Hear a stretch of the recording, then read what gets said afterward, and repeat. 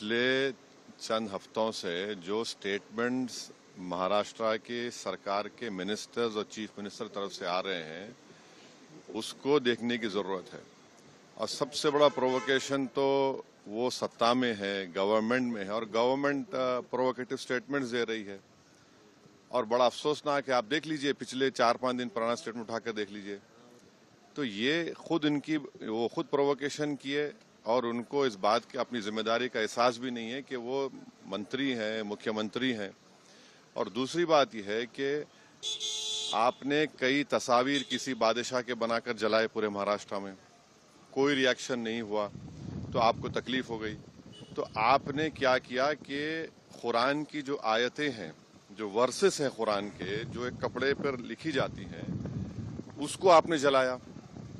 और जब ये हरकत हो रही थी तो उसी वक्त जाकर मुकामी वहाँ के जो मुसलमान और हिंदू लोग थे, जाकर कंप्लेन किए डीसीपी को कि इसको रुकवाइए। देखिए ये जो कपड़ा है जिसपे कुरान करीम के आयतें लिखी हैं, वर्सेस लिखी है, मत करिए। जलाया गया, एक्शन नहीं लिए। उसके बाद शाम में ये सब चीजें हुई। मैं उसका कंडेम करता हूँ वायलेंस का, मगर इसको टोटल देखिए आप कि जो स्टेटमेंट्स एमिनेट हुए हैं, जो स्टेटमेंट दिए गए हैं मिनिस्टर्स की तरफ से, अभी भी दिए जा रहे हैं। भाई आप रूल ऑफ लॉ को फॉलो करिए ना। आप तो भारत के संविधान पर आपने ओथ लिया है, तो आप कैसे प्रोवोकेटिव स्टेटमेंट्स क्यों दे रहे हैं आप? भाई मुझे किसी चीज कोई चीज पसंद नहीं है, आपको कोई चीज पसंद नहीं है, तो कोई भी अपनी नापसंद का इजहार कानून को हाथ में ले करेगा क्या? ये देखने की जरूरत है। तो ये बहुत गलत हो रहा है, सरकार की जिम्मेदारी है, ये सरकार की गलती है, इंटेलिजेंस की फेलियर है। उस जगह जहां से महाराष्ट्र के मुख्यमंत्री आते हैं, और ये जो वायलेंस हुआ है हमारे केंद्रीय मंत्री के घर के करीब है पूरा, ये बड़ी गलत बात हो रही है।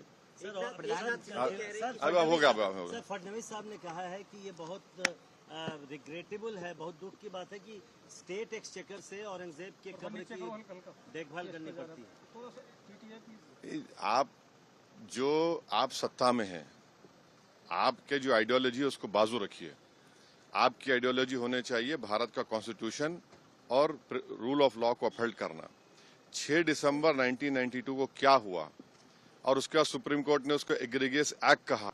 तो आप देख लीजिए, हुकूमत आपकी है, मंत्री आप हैं, रूल ऑफ लॉ आपको फॉलो करना है, और आपको कॉन्स्टिट्यूशन के लिहाज से अपनी हुकूमत चलाना है।